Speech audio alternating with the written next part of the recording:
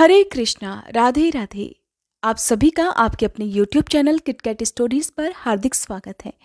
ये बात सच है कि प्रार्थनाओं में, दुआओं में, विनती में बहुत शक्ति होती है। और जब बहुत सारे लोग मिलकर किसी के लिए प्रार्थना करते हैं तो भगवान तक वो प्रार्थना जरूर जाती है और भगवान सुनते भी हैं और वो दुख भी दूर करते हैं। आज की कथा सुनाने से पहले हम सब मिलकर सच्चे मन से देवभूमि उत्तराखंड का एक बहुत ही प्यारा, बहुत ही खूबसूरत दर्शनीय स्थल और प्रसिद्ध शहर जोशीमठ, जो कि अब समाप्त होने की कगार पर है, उसके लिए प्रार्थना करें। वहाँ के जितने भी स्थानीय निवासी हैं वो किस मुश्किल के दौर से गुजर रहे हैं, ये सिर्फ वही समझ सकते हैं। हम सब मनुष्यों ने मिलकर जिस प्रकार से प्रकृति को नुकसान पहुंचाया है, उसकी भरपाई तो हमें ही करनी होगी। और ये शुरुआत तो बहुत पहले से हो चुकी है, लेकिन अब जो हाल इस समय जोशीमठ का है, जिस तरह से लगातार वहाँ पर पूरी धरती धंसती जा रही है, लोगों के जीवन भर की कमाई, उनका घर, उनकी खेती बाड़ी, उनका रोजगार, सब कुछ खत्म होने पर है। तो आइए आज हम सब मिलकर अपने अपने इष्ट देवी देवता से, जिन भी भगवान को, जिन भी देवी माँ को आप मानते हैं, उन सब से प्रार्थना करें कि हे प्रभु, हे माता रानी, जोशीमठ में रहने वाले सभी लोगों की रक्षा करना। सबसे पहले तो उनका मानसिक मनोबल बढ़ाकर रखना और हो सके तो इस त्रासदी को होने से बचा लेना। और जो भी नुकसान अब तक जोशीमठ में हुआ, उससे आगे अब नुकसान ना हो सके तो हे प्रकृति माँ, इस विनाश को रोक लीजिए।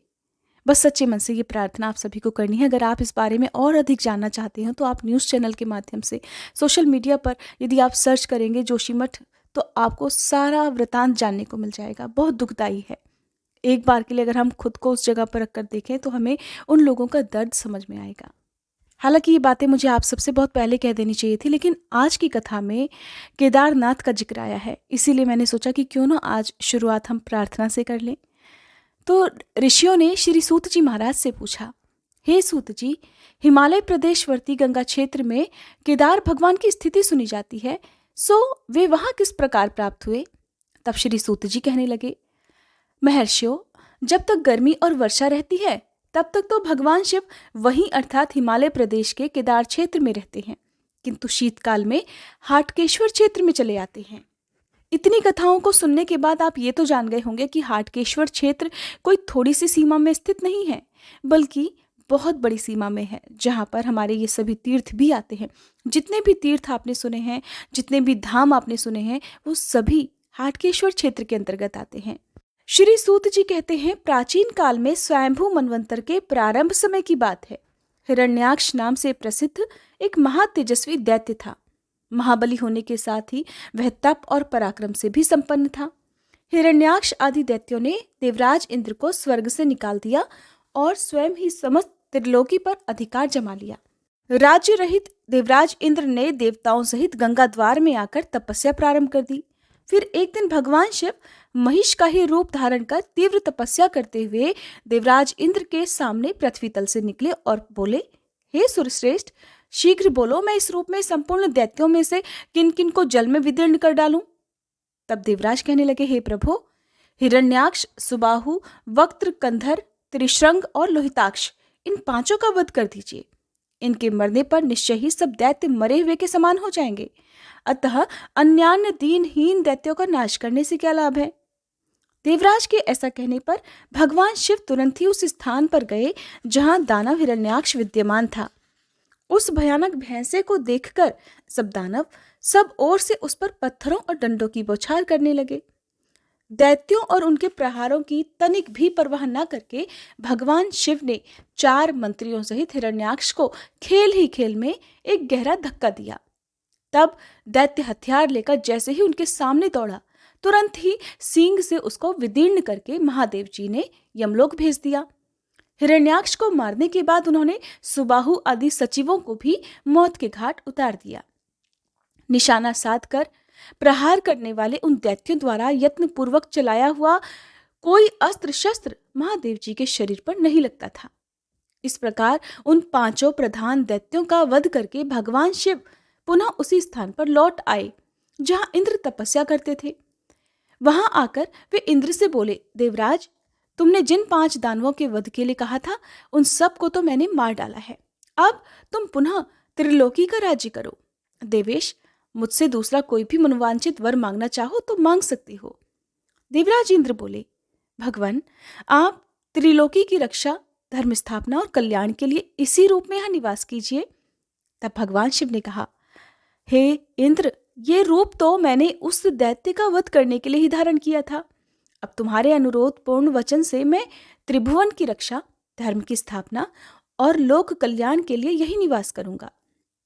ऐसा कहकर भगवान शिव ने वहां एक सुंदर कुंड प्रकट किया, जो शुद्ध स्फटिक मणि के समान स्वच्छ और दूध के समान सुस्वादु जल से भरा हुआ था।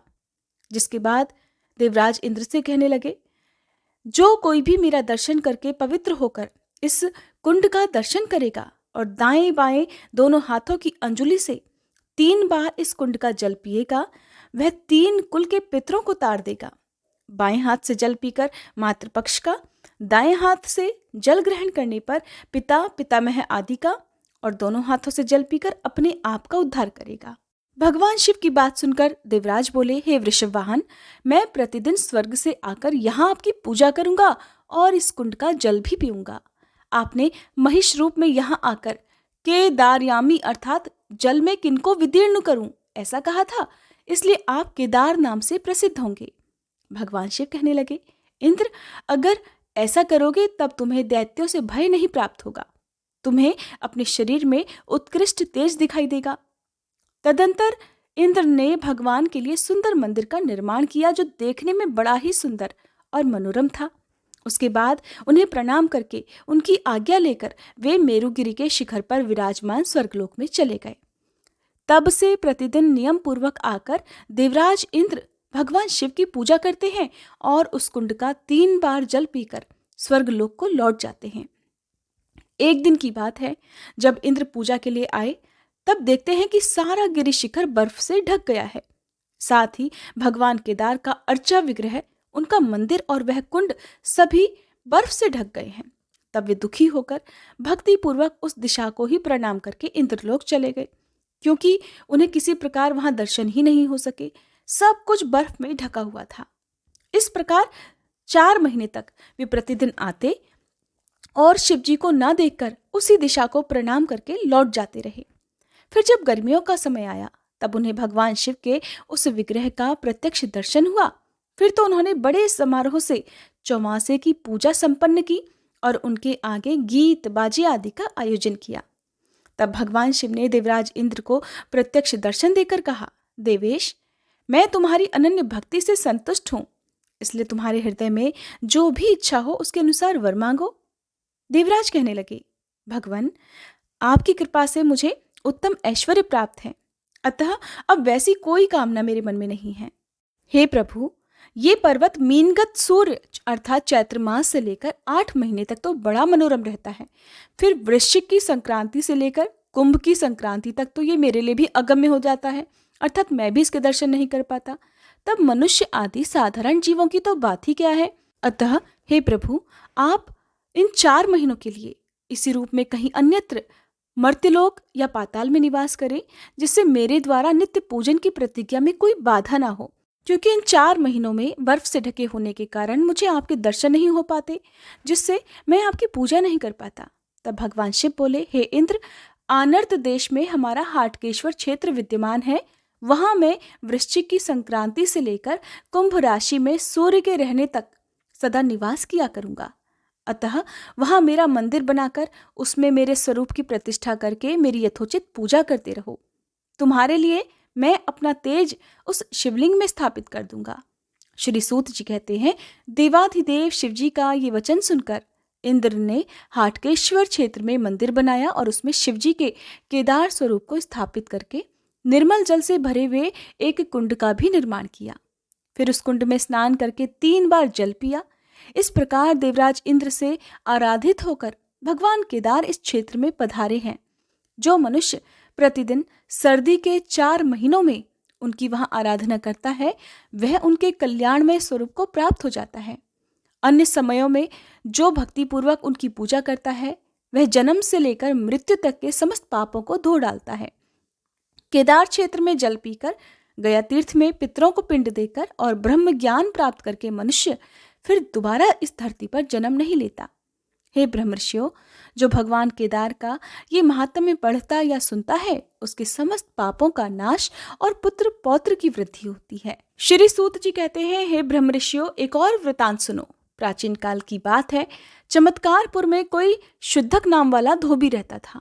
वह कपड़े धोने और रंगने की कला में विशेष निपुण था। नगर के प्रधान जो भी ब्राह्मण थे, उनके कपड़े वही धोया करता। एक समय भूल से शुद्धक ने ब्राह्मणों के कपड़ों को नील के रंग से भरे हुए बर्तन में डाल दिया। बहुत देर के बाद जब उसे इस बात का पता लगा, तब उसने अपनी पत्नी और पुत्रों को एकांत में बुलाकर कहा कि मैंने महात्मा ब्राह्मणों के बहुत सारे बहुमूल्य वस्त्र अज्ञानवश नील के रंग में डाल दिए हैं। इस कारण अब वे ब्राह्मण लोग मुझे बहुत भीषण दंड देंगे, या फिर मुझे हो सकता है कैद खाने में डलवा दें। इसलिए चलिए हम सब लोग यहाँ से कहीं और भाग चलते हैं। ऐसा निश्चय करके वह घर की सारभूत अर्थात जो भी आवश्यक सामग्री थी, उन्हें लेकर अपनी पत्नी के सहित किसी अज्ञात दिशा में चलने को तत्पर हुआ। इसी समय उसकी पुत्री अपनी एक सहेली दास कन्या से मिलने गई और वहां जाकर बोली कि भद्रे, मेरे द्वारा जाने अनजाने में तुम्हारा जो भी अपराध हुआ हो, तुम्हारे साथ खेल कूद करते समय प्रेम से, बचपन से, अथवा क्रोध अथवा ईर्ष्या से मैंने जो कुछ भी कभी प्रतिकूल बर्ताव किया हो, वो सब क्षमा करना। ये सुनकर उसकी आंखों में आंसू भर आए और वह बड़ी व्याकुल होकर पूछने लगी कि सखी, आज तुम मुझसे ऐसी बात क्यों कर रही हो? आज से पहले तो तुमने कभी ऐसी बात नहीं की। तब वह धोबी की कन्या कहने लगी, सुनैनी, अब तुमसे क्या छुपाऊं? मेरे पिता ने ब्राह्मणों के बहुमूल्य वस्त्र नील के भरे बर्तन में डाल दिए हैं, और प्रातःकाल होने पर जब इस बात का पता उन ब्राह्मणों को लगेगा, तब तो वे मेरे पिताजी को बड़ा कठोर दंड देंगे। मन में यही भय लेकर अब पिताजी यहाँ से अन्यत्र जा रहे हैं, इसलिए मैं तुमसे आज अंतिम बार मिलने आई हूँ। अब तुम्हारी आज्ञा लेकर मैं भी अपने पिता के साथ जाऊंगी। तब वह दास कन्या बोली कि सरोजाक्षी, अगर ऐसी बात है तो तुम कहीं मत जाओ और यहाँ से जल्दी जाकर अपने पिता को भी रोक दो। सखी, ध्यान से सुनो, यहाँ से उत्तर के कोने में एक जलाशय है। उसमें किसी समय मेरे पिता ने जाल डाला था। वह जाल काले केशों का बना हुआ था, लेकिन जलाशय में डालते ही वो सफेद हो गया। तब कौतूहलवश मेरे पिता भी जल में खड़े हुए। उनका शरीर काले रंग का था, जो उस जलाशय में प्रवेश करते ही सफेद हो गया। केवल शरीर ही नहीं, उनके काले बाल भी सफेद हो गए। तब से वहां कोई नहीं जाता है। इसलिए तुम अपने पिताजी से कहकर उसी जलाशय में अपने सारे कपड़े धुलवाओ। इससे सब काले कपड़े सफेद हो जाएंगे, उन वस्त्रों की अच्छी तरह शुद्धि भी हो जाएगी। इसके बाद वह धोबी की कन्या शीघ्र ही अपने पिता के पास गई और कहने लगी, पिताजी, मेरी सखी ने मुझे बताया है कि यहाँ पास में ही कोई जलाशय है और उसमें डाली गई हर काली वस्तु सफेद हो जाती है। इसलिए आप प्रातःकाल जलाशय में जाकर अपने कपड़े धोइए, निश्चय ही वो सब सफेद हो जाएंगे। सुनकर उसके पिता ने कहा, बेटी, प्राचीन पुरुषों ने कहा है कि वज्र के लेप, मूर्ख स्त्री, केकड़ा, मछली, नील के रंग और मदिरा पीने वाले मनुष्य का एक ही ग्रह होता है, अर्थात पकड़ या आग्रह होती है। इसलिए नील का रंग अगर एक बार चढ़ जाए तो फिर मिट नहीं सकता। सुनकर उसकी कन्या बोली कि एक बार पिताजी सारे वस्त्रों को लेकर चलिए तो सही। जब ये शुद्ध होंगे, काले से सफेद हो जाएंगे, तभी हम घर को लौटेंगे, नहीं तो वहीं से हम दूसरी दिशा को चल देंगे। कन्या की ये बात सुनकर उसके भाई बंधु और उसके सेवकों ने एक साथ कहा कि ठीक है, हम सब वहीं चलते हैं। फिर तो सभी लोग रात में ही जलाशय के पास गए। दास कन्या सबसे आगे होकर रास्ता दिखाती जा रही थी। वह जलाशय तरह तरह की फैली हुई लताओं से छुपा हुआ था और उस दास कन्या ने उसे दिखाया। तब धोबी ने जल में घुसकर उन वस्त्रों को धोया। धोते ही वे सभी काले वस्त्र एकदम स्वच्छ और सफेद हो गए। इससे प्रसन्न होकर धोबी ने अपनी कन्या और मल्लाह की पुत्री अर्थात उस दास कन्या को आशीर्वाद देते हुए बड़े आदरपूर्वक कहा कि हम अब ये सारे वस्त्र उन श्रेष्ठ ब्राह्मणों को समर्पित कर सकते हैं और हमें यहाँ से कहीं और भी नहीं जाना पड़ेगा। इसके बाद घर जाकर धोबी ने बड़े हर्ष के साथ वे सभी वस्त्र ब्राह्मणों को दिए। ब्राह्मणों ने वस्त्र के साथ ही धोबी के शरीर और उसके बालों को भी सफेद हुआ देखकर पूछा, ये क्या अद्भुत बात दिखाई देती है? कल तक तो तुम्हारे बाल काले थे, तुम्हारा रंग भी काला था, अचानक से ये सब कुछ सफेद कैसे हुआ? तब धोबी ने सारा हाल उन ब्राह्मणों को कह सुनाया। सुनकर ब्राह्मण लोग भी उत्सुकता पूर्वक वहां गए। उन्होंने परीक्षा के लिए बहुत सारी काली वस्तुएं उस जलाशय में डाली, पर वे सभी सफेद रूप में ही बदल गईं।